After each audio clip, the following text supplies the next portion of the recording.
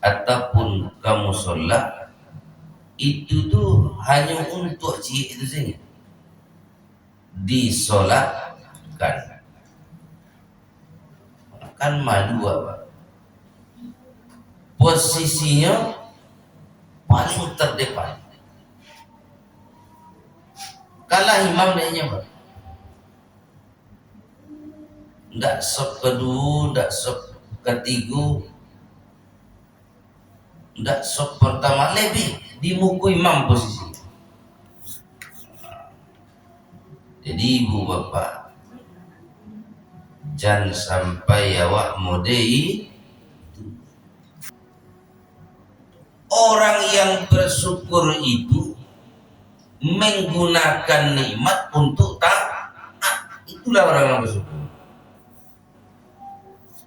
Kalau belum bisa dia menggunakan nikmat untuk taat, itu masih kufur. Itulah salah satu contohnya. Nikmat sehat. Baiklah lupa karu. Tidak ada latihan mencari rezeki.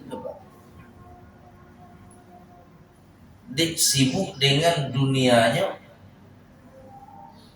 main nikola, main itulah, tak galau,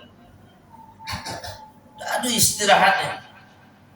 Pas surang kazan, barulah kantuk tiba. Dekor dia jago itu, daki asal. Jadi mereka adalah tanggung jawab kita. Isu apa ditanya? Ibu ditanya juga bisa. Bakok surang saya tiba kasih kod. Nah, sampai di pintu sarugu tu pak. Dan lain mana? Apa jawab tak kalau? Ingatkan mereka. Ingatkan mereka. Tak tahu apa mainnya. Tak lo harus so egangnya atau sidaman lagi ada saimbe kayaknya ataupun pasu kalau tidak mati juga dan bunuhnya. Tak mau itu dia. Ingatkan aja. Indahnya udah. Nah, tapi tambah. Nah, mode itulah tadi. Jangan sampai jago lalu mandi bau dua langsung pergi ke situ. Habis itu diubah itu ibu bapak. Samu-samu jago, samu-samu bersuci, samu-samu ke situ. Kok indah aja tuh. Ini ada belum bini ku yang lebih karih dari apa? Sabagak-bagaknya awak nan laki-laki ada dulu dan lebih bagak dari awak. Itulah bini.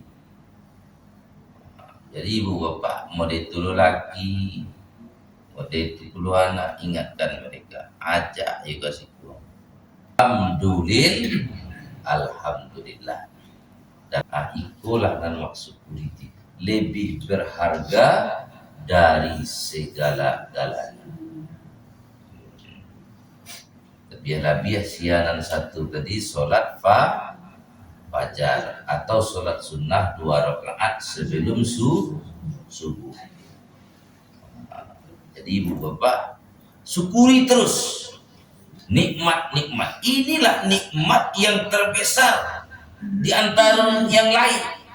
Ikut termasuk nikmat yang terbesar.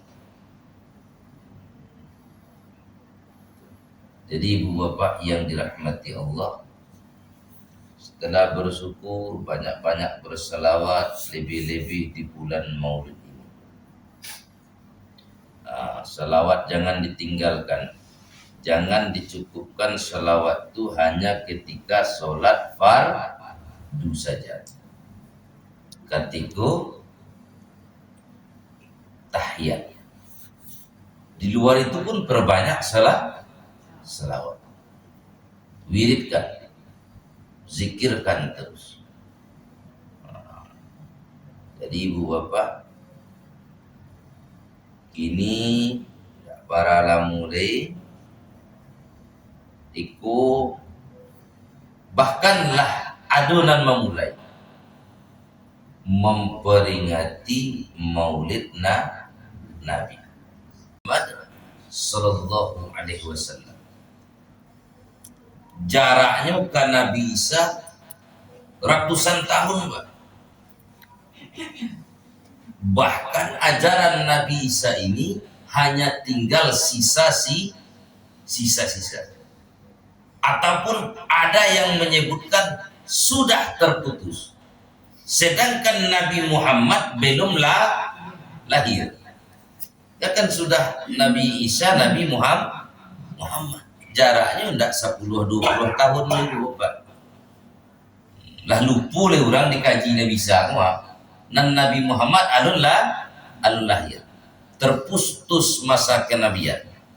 Zaman itu disebut dengan jahiliyah. Zaman jahiliyah.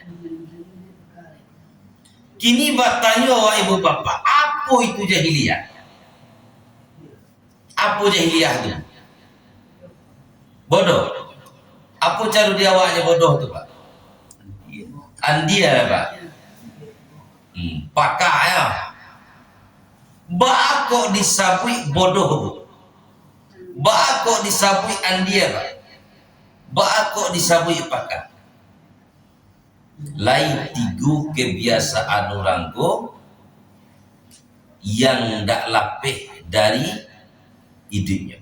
Mangkonyo disabui andia, Pak. Apa kebiasaan orang jahiliyah itu?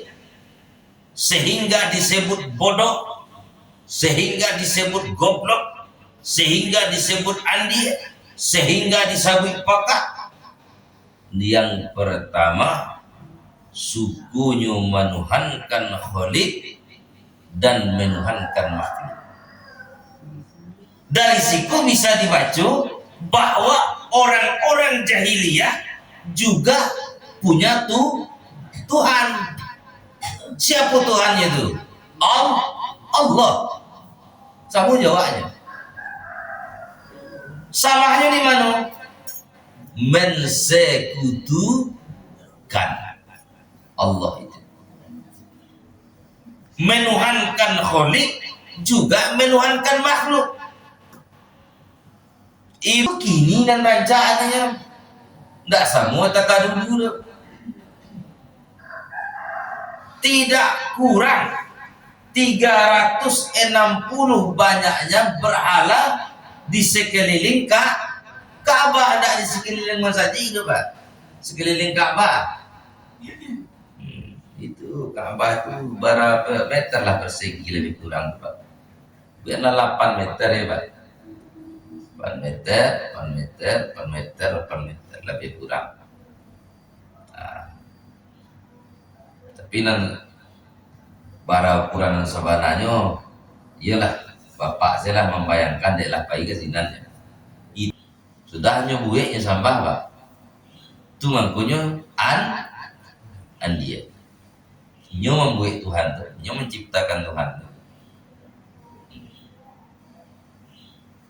Apa boleh kebiasaan buruk orang jahiliyah. Kalaulah anak laki-laki lahir dibunuh. Apa dibunuh? Karena takui magih makan. Takui miskin. Laki-laki nan bulia hidup anak raju nak datu lah cara dewa. Orang bangsawan, orang terpandang. Kalau inyo kelas biasa, orang biasa dibunuh, tidak boleh. Inyu-inyu saya nak boleh apa puasanya. Mereka menjadi orang bagak, orang biasa tu. Habis awak dibunuhnya. Itu salah satu alasan mangkunya main bunuh aja. Nah nampak mandi pajak, tentunya padian saya. cocok lo dia, biarlah kalian bunuh dan ndak yo tado menjadi makannya dah. Kalau nak padusi bah dikubur hidup lebih parah dari anak laki-laki. Kok mulai itu ibu bapak? Kalau padusiku sebelum diutusnya Rasul hanya tempat pelampiasan hawa nafsu. Sehinu-hinunya padusi dulu sebelum Nabi diutus. Apa karanya padusi di zaman jahiliyah? Satyo simpang adu dengan menggali. Satyo tekongan dan juga dah lontong dong.